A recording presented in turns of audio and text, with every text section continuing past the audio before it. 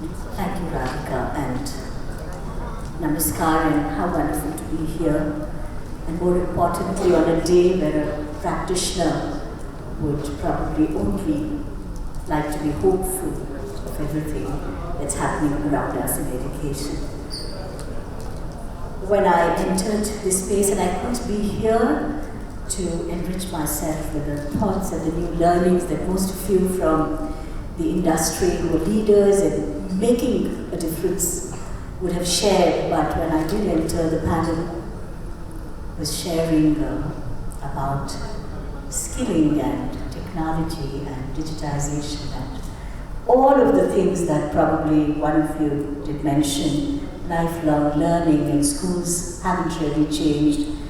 So I found it for a bit irresistible to kind of also put up a hand and say, I've come here today only to share what is seemingly possible now and what is happening, maybe in smaller groups, but you know what schools are about. You start from where you are with what you have with the first child, and probably it just becomes a kind of a universal note which makes things happen. And so thank you very much, Bertelsmann, for this wonderful gathering of people where a discourse that would bring out the best in where we all have put everything we have, our children. Also to hear Mr. Aneja share almost everything that a new age thinking, hopeful, industrious, and well-meaning learning system would look at as the ideal way. Most of what might seem a bit euphoric actually is happening. So here I am to share with you that a couple of years, not a couple of years, in the year 2011, there was some kind of a wave that was happening right here in Delhi where people were looking at mobile telephony quite differently, and UNESCO had partnered, and there was a remote village talking about remote workplaces. There was this remote village somewhere near Calcutta, near Shantiniketan, where learners would sit, do you know how it is? The typical Eastern political energy. They would say this is a forum, and they would sit there and they would connect with the best professors and teachers here in Delhi, and they would learn some very, very intricate concepts of astrophysics. And this was actually happening because some of us went there. Most of the students would probably be coming to that school, which is a small village school, in something called truck tire, because it's always flooded during the months of monsoon, and they would navigate their way to school. That was the learner, many of them. And one odd would also take me from my guest room to where the school was. We stayed there for quite some time. And as we walked, I must share with you that the most wonderful experience was she knew every tree, every new leaf of that, every new bud that would just emerge, and knew the cycles and knew which butterfly and where. So there's a lot of, so right, those 15 minutes of walk from where I was to that school, and I thought, here we are, this is all happening.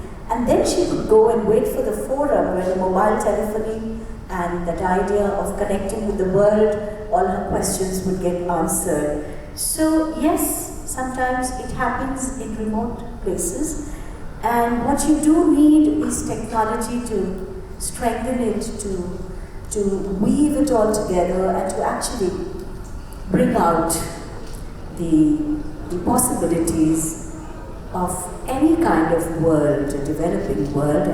I have heard a lot about, yes, there's lots happening in the US, and typically I come from a school. We started building this universe in the year 2009-10 and set out with our first set of learners in 2012. So we did question ourselves a lot on what should this learning universe be all about? And we did get many answers from around the globe. So collaborations, that's what it takes to raise a child. You need a village to raise a child, and that's never an overstated statement. It depends on what is that village and where you're looking for, and the villages are all around. So I come here as an evangelist also of what's happening, but also as a practitioner of what actually can happen and is happening. And I'm not going to speak after this, because you know what I did? Thanks to Pankaj, when he came up with sharing with all of you some thoughts on how the lines are blurring. And I kind of stress on this. It's not about what needs to be, it's about very hopeful of what is happening. The story has begun, you know, that kind of movement has begun. And so I threw it out to 5 cohorts of my learners in school and some teachers, and I said, what do you think is happening? Is it really happening? And everything that you see today is a very crude putting together very quickly of all that was happening as a routine in school, where we have not just more than 90 minutes or so, but sometimes the learner leads this journey, so it could be a whole day. Sometimes it's about the inspiration that experts from all over the world bring in, and they could have 3 days or sometimes week-long learning sessions, because that is where the limitation is, the convention. Because it's easy to manage people when there is some kind of conformity. And often in the age that we are, we kind of look at contradictions of either this or that. And with all the virtual reality and artificial intelligence, my God, that's all that's being spoken about in schools today. Because most people, as you rightly said, might never have had the confidence of handling with themselves other people who are running the show and building the curriculum and designing the curriculum and getting everyone together. So that's where it is, and sometimes you really don't need to know much about it. You need to have a bit of an epiphany, a bit of the abstract, the subtle, the mystic, and the inspiring combination in education. Sorry for those who are absolute logical reasoning individuals, but it's both. Education can be, and sometimes I feel if it's not idealistic, what is it? And sometimes if it's not a dreamer's dream, what is it? So I think I'm glad that all of us here are here together to hold each other and not let one arm just take off into the deep blue and lead the learner to something which hits a rock bottom. So I today am just sharing what is happening.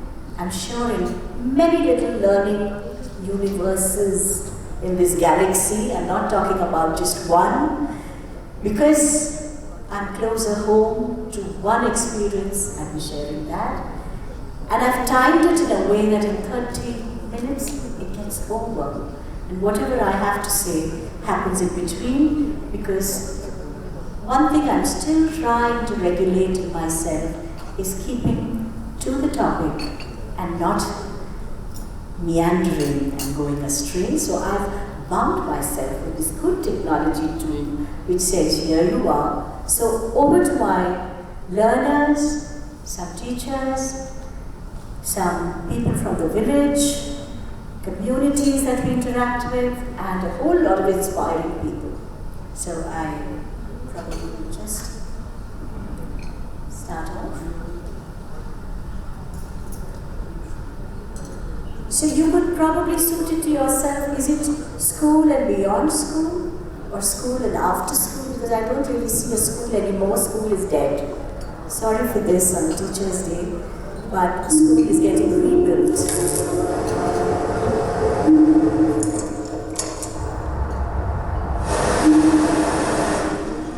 Most of you would have seen it. It's like the WhatsApp. You're not mature enough to tell it like it is. Even that burden you leave to us children. You say you love your children above all else, and yet you're stealing their future in front of their very eyes. You only talk about moving forward with the same bad ideas that got us into this mess, even when the only sensible thing to do is pull the emergency brake. Many people say that doesn't matter what we do, but I've learned that you are never too small to make a difference. And if a few children can get headlines all over the world just by not going to school, then imagine what we could all do together if we really wanted to. But to do that, we have to speak clearly, no matter how uncomfortable that may be. We cannot solve a crisis without treating it as a crisis. And if solutions within this system are so impossible to find, then maybe we should change the system itself. That's a message for all of us dinosauric school leaders, that you need to just change the system. And you don't change the system if you're not aware of what's happening around you, and you build safe systems. So most of the learning in our schools would be around doing something that's going to make a difference. So if there's a whole technology program where social impact is what the child is more involved in, rather than just the ability to learn a phenomenon.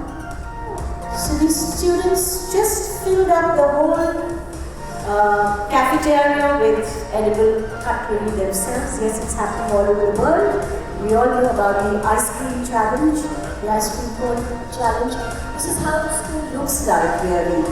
Some areas of my school are like this, because whether you're drinking or you're eating, and this is one of the gala fundraisers where they got everyone from the communities around to come and pay for what they've made. पैदा कर सकते हैं, उसको बेचने की मंडी सही नहीं है। वो दाम हो जाएगा, वो दाम नहीं है। वो तो बच्चा है, आवाज़ है। It's a remote village in Uttar Pradesh, and they have to build an app where they have to connect the farmers, and with all the chain that economy proposes, they actually have done it. And this is just the past 6 months curriculum reports that I brought for you. So one of them took up a challenge for the old age home, a Sasta Sundar Tikau kind of a walker where it could be bought by these people. They also get sponsors through the CSR. But a whole lot of research goes into this, and this is regular curriculum time. This is part of their sociology, psychology,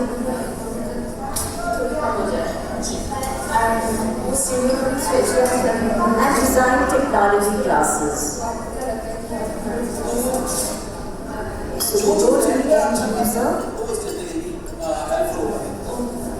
सबसे पहले ना उस चीज पे ध्यान दीजिएगा, जो उसकी ग्रिपिंग है वो इतनी पावरफुल होनी चाहिए, इतनी जल्दी से वो छूटेगा जब वो जल्दी से छोड़ेगा. And the expert gives them some very important information. फिर आपका वो होगा बहुत हेल्पफुल होगा.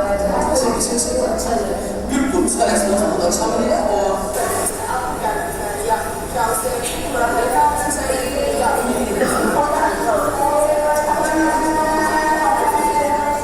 typically, most of you would agree that children would not like to step in places like this, and that's where we need to blur the lines. When we're talking about blurring the lines, are we really creating that sense of entitlement a little deeper by erudite scholarship? Or is erudite scholarship helping them to blur the lines where real life matters? And they would be the leaders who would be bringing in the policies, who would be connecting with the best in the field to make a difference. So here is this boy, and he's an asthma patient, so he quickly connected with the impurities of the air around and built a whole lot of these. So school becomes their bed to start with everything and to use it, and our entire school is full of these plants, and they have monitors, and they help with our children and teachers to breathe better. And I really would like to stress upon it, we all know what it's all about. Why am I sharing this? Is because the students wanted us to share this with you, that when it's not something remote, it's happening in their lives. This is the way the social science classes happen, and they have made this report to share with 150 kilometers many of us. And we had to inculcate all angles in the making of our village. And they took a clue from Ken Robinson's video, I think, a couple of years ago. And what happens in the village. So the first thing we did was we created a physical representation of our village, and believe me, our way too much enthusiasm resulted in the formation of pretty crazy ideas.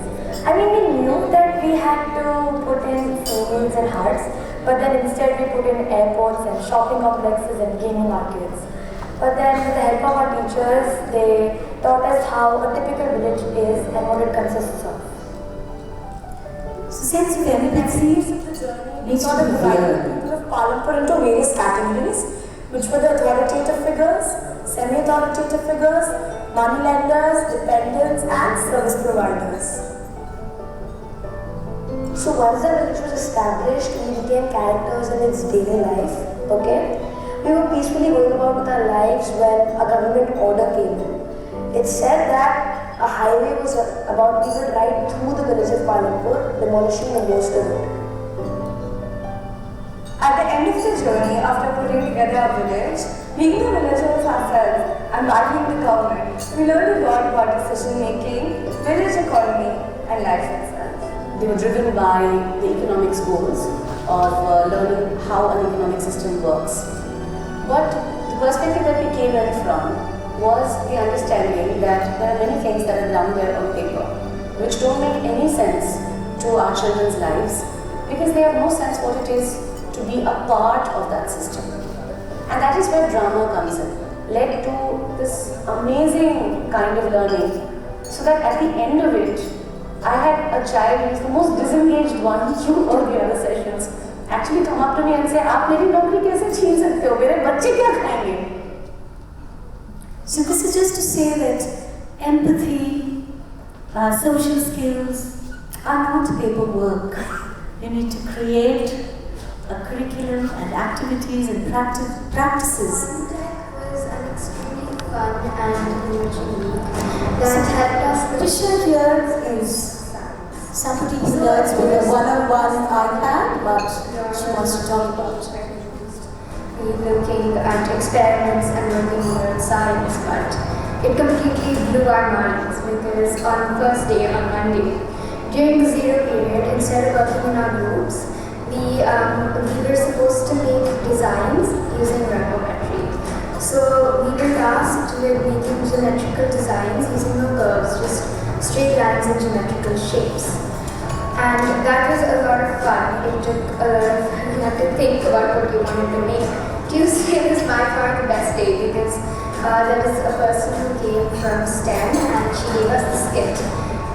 Using which we had to make a glider. And after making the glider, we all went down into the field and we launched those gliders, and the ground was basically filled with a lot of happy faces and soaring gliders.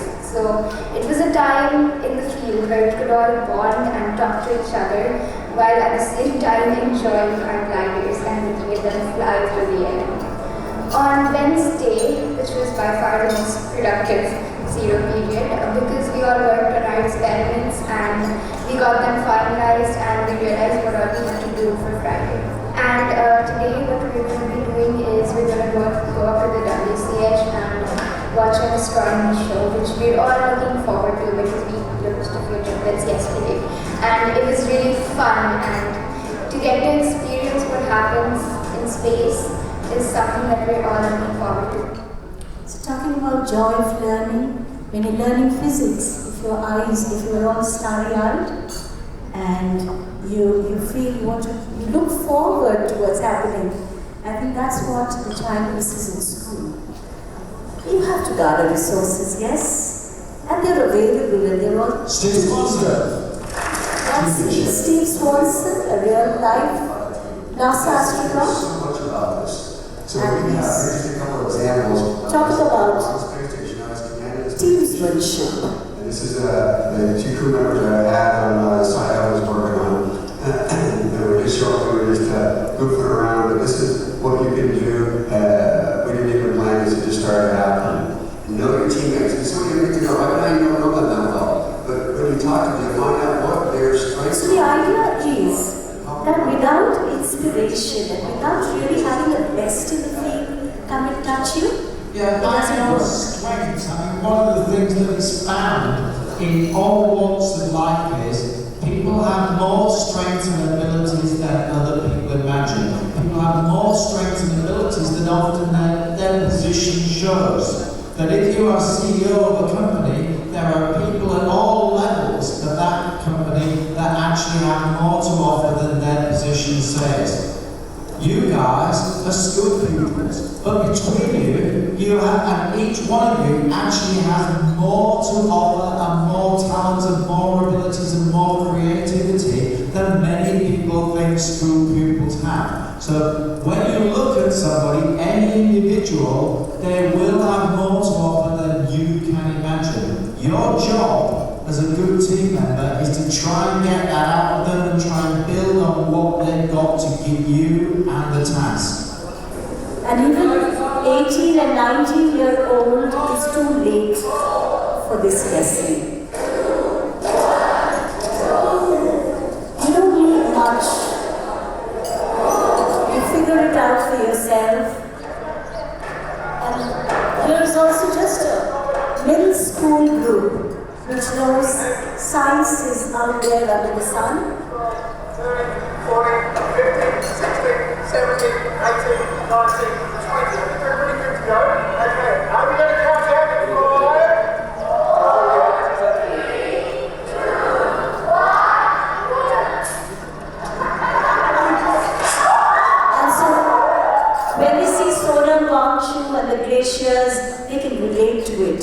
And they know they have their own problems near their home. And I think for us, we've rediscovered learning through them. That's Dr. Archana Sharma, who's doing her rounds in India. She's an Indian scientist, principal scientist at CERN. She's waiting for schools to give her time to talk to children because schools can't release themselves from the timetable. In the country, in fact. I have been on the other side, just like you. I was in school in Jhansi, Jhansi where it is. She didn't come from a school somewhere very elite, from Jhansi, a small school. 15 years of school I did over there. And after that, I went to Banaras University, as was mentioned already, Delhi University, and then I had the fortune of being chosen as a prize to go to CERN for 3 months. And gently, step by step, with grit, with determination, falling many times, failing many times, here I am in front of you, so-called accomplished scientist. So that's CERN where I was. So each one can be in CERN or beyond. Is a hope that gets kindled very early in life. You can imagine that this is called the LHC track. And the most beautiful part of this is that they choose their own technology because they get to know what works. It allows me to connect with my peers, my teachers, and the whole learning environment directly through my house.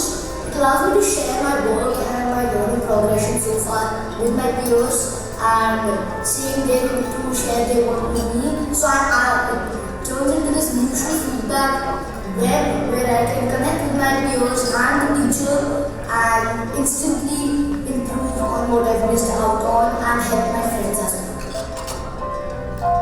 Can they see the world? Yes, they can. Technology has made it possible. But how? And that curation is of utmost importance.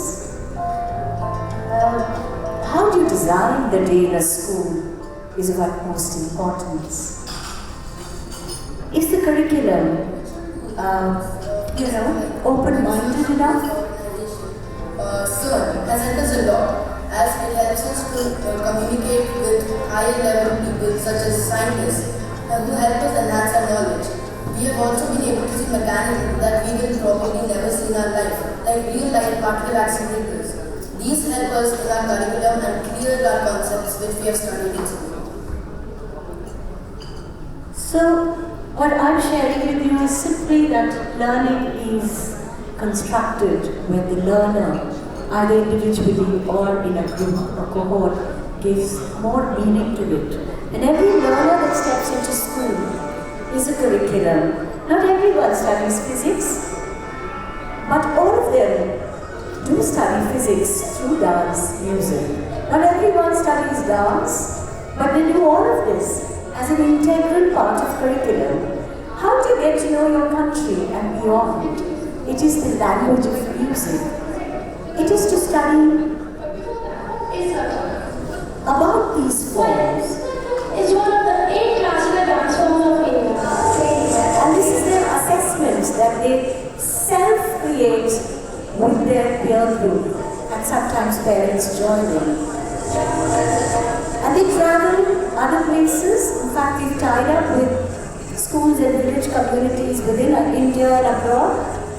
Whatever is easy, whenever, for them to understand the process and the performance both, because both are equally important. We've often seen a few years back when we meet teachers, there is a huge gap here in their ability to understand arts. And I would probably leave it to you because you've been reading about it. There is this deep human intelligence which will help any kind of digital learning go deeper. Only if we enable immersion through an environment which is bringing in the best learning experiences, sometimes just to soak in it. Not everyone learns to be a performer. All of this is work where we understand paper. I'm sure I have seen many schools today, they have paper recycling units. Much as they're trying to reduce the use of paper, but they recycle their own paper to make products of art so that they know they are not consumers, they are creators. And I think that is an important aspect. And Karen Dweck has been writing and doing a lot of research on how the mindset, the growth mindset, needs to be a part of the curriculum and the activities there. A lot of social emotional curriculum comes through also a lot of biology and a lot of trigonometry, mathematics comes through a well-informed, a deep art and aesthetics curriculum. Schools have an opportunity today. They have lovely learning schools. And this is actually a teaching session here which I want to share with you. And even that is full of joy. And there is a vertical group. And I think they were making a video, so they wanted to really record it well. I love what they're wearing. Usually they're not wearing just white and black and so beautifully done.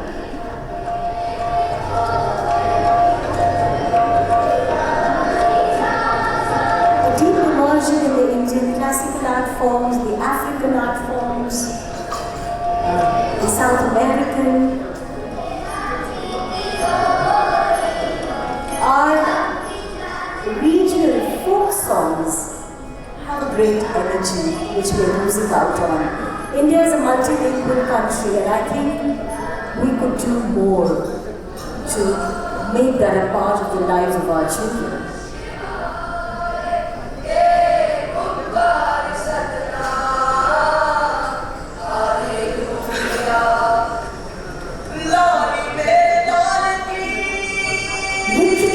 Any language.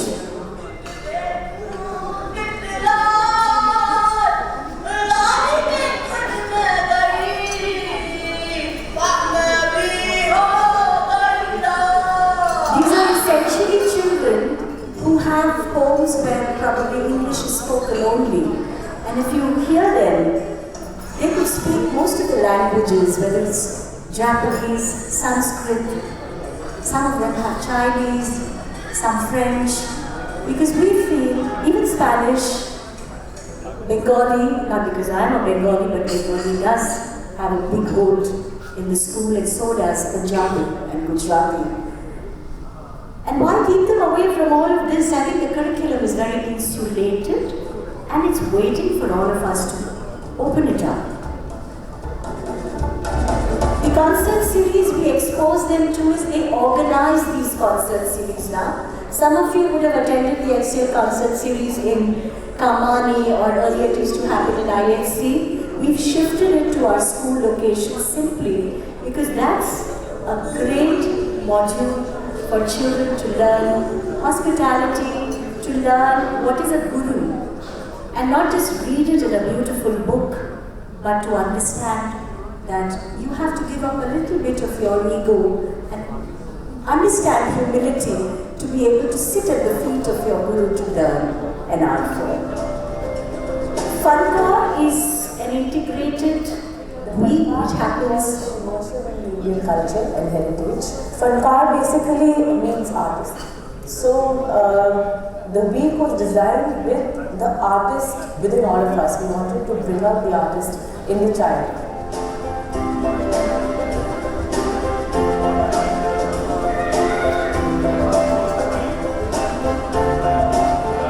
By weaving a basket or making a thatched roof, you get to understand dimension, proportion, ratio.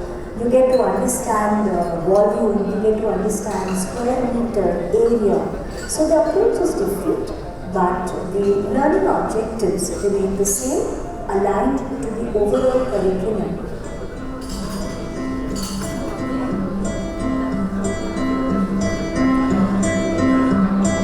That's the picnic they would have learned essentially from their grandmothers and mothers, and some fathers are very good at it as well. The artists who came one of the days, and not only did they perform the entire art form, but they made our children understand the grammar, the conventions of the art form. We had Rajesh Saibabu, who was doing chowder. These are teachers with us, and I'm sure many other schools are doing it. They come from a lineage from the village where they teach dance forms. Why should we not let our children engage with them to understand what human body, mind and soul is all about? I enjoyed it because of paintings. We made paintings in another style. We call it Madhubani paintings. In Bihar, it's famous in Bihar. I enjoyed many things and I learned many things about great artists and how to make different drawings, paintings. To understand religion, politics, you need a very deep understanding of the land that you live in, which culminated in the 6th day, where all that they had captured during these 5 days was displayed. So the real life woodwork that you see is Indian work that they've done with Matru Kasa, who's an award-winning Padam Shri artist. He waits for schools to call him to do this. So one of our primary curriculum leads is all about be a lamp unto yourself. And that I get to understand the actual meaning of those mudras with help of Sanskrit. When in different classes, like in pol science classes, we study about how to maintain relations with different foreign countries, and when we come to our Sanskrit classes, it gets reinforced because we study about the Arthashastra written by Kautilya, and in various UN conferences, the major topic is climate change, and in Sanskrit we study about how in the ancient text the nature was respected and how much people loved and prayed the nature. Yeah, there are many videos we watch actually. We watch videos of the IIT experts how they use Sanskrit to develop in their scientific researches. For example, we also saw a video on Subhash Banerjee and Dr. Ram Subramanian who was talking about how India has developed, what would have been better in these conditions, how it would have been developed. So there are many videos that we watch. We also saw many videos of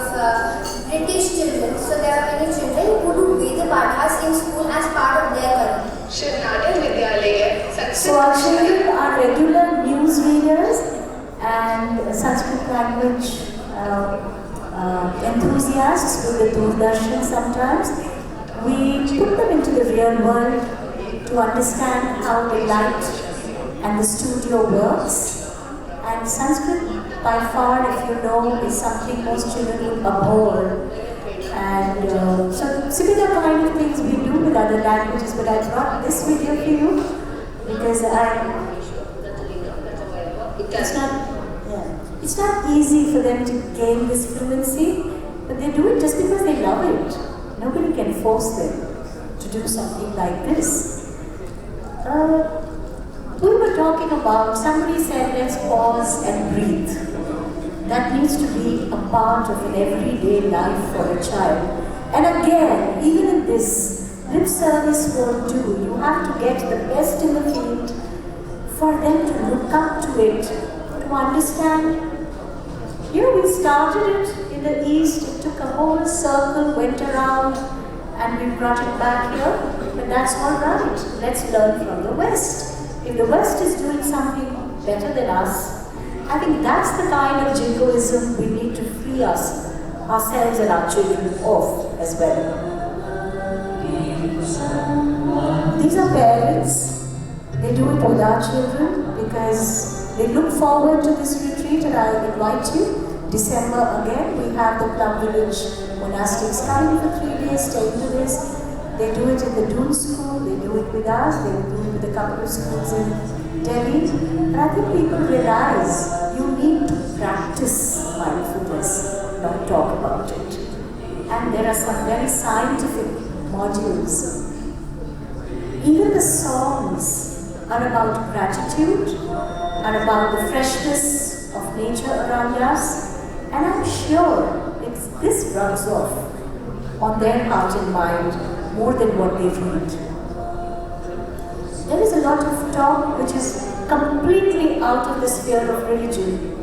And as Stephen Hawking or even Senge, who's such a wonderful person, Peter Senge is still doing that, it is actually science and spirituality which needs to come to them and not politics and religion. And we teachers, we practitioners have a huge responsibility there. And there is a whole lot of what he says. It's important to make the time. You brush your teeth in the morning. Probably all of us do that. You could meditate for 15 or 30 minutes. Believe me, you have time. There's nothing to the time. There's only so much time, we know that. It always comes down to priorities and discipline. So there is an endorsement at every step through someone who's done something for the world to change the world for the better. And I think every hopeful student is looking out to that. Even at the age of 15, 16, or even at the age of 8, 9, or 10, for them to understand citizenship is important.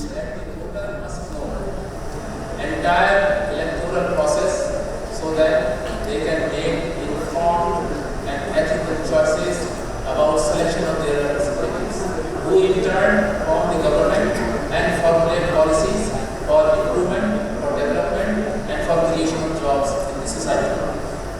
I'm really honored to be on the panel. A lot of this blending and blurring of getting the people who can really touch their hearts and minds is a regular engagement for us. And we reach out to most of you here. I think schools need you, and they need you very much. So schools often skill students in the ability to speak and debate and score brownie points. The kind of thing that some of our TV journalists are actually specializing, not you. So I think it's just wonderful that the school actually has a concept note, and it says that we'd like your students to actually be good listeners as well. So just as being good speakers, which I suppose debating as a skill teaches young people, but I think the skill of listening very carefully, respectfully, and engaging. And somewhere you say in your concept note that this is how you would like your students students to acquire a point of view, so that the point of view doesn't seem readily available and then you just fit into existing point of views. So when you have these people come and talk to them, and there was Harsh sitting there, who was a grade 12 student who had organized the whole thing and was kind of moderating. And that's the real world. So you're not in school and shelter, you're actually having a conversation. And I will bring in the visionary here. With the purpose of transforming the fabric, the social fabric, by creating leadership academies. While building the foundation, we kept the model of how we would operate, the values of integrity, the values of passion, the values of commitment, they all stay constant. What varies is whether we follow creative philanthropy or corrective philanthropy. What we are doing in the foundation are things which will stand well beyond the lives of the founder, way beyond the successes as well.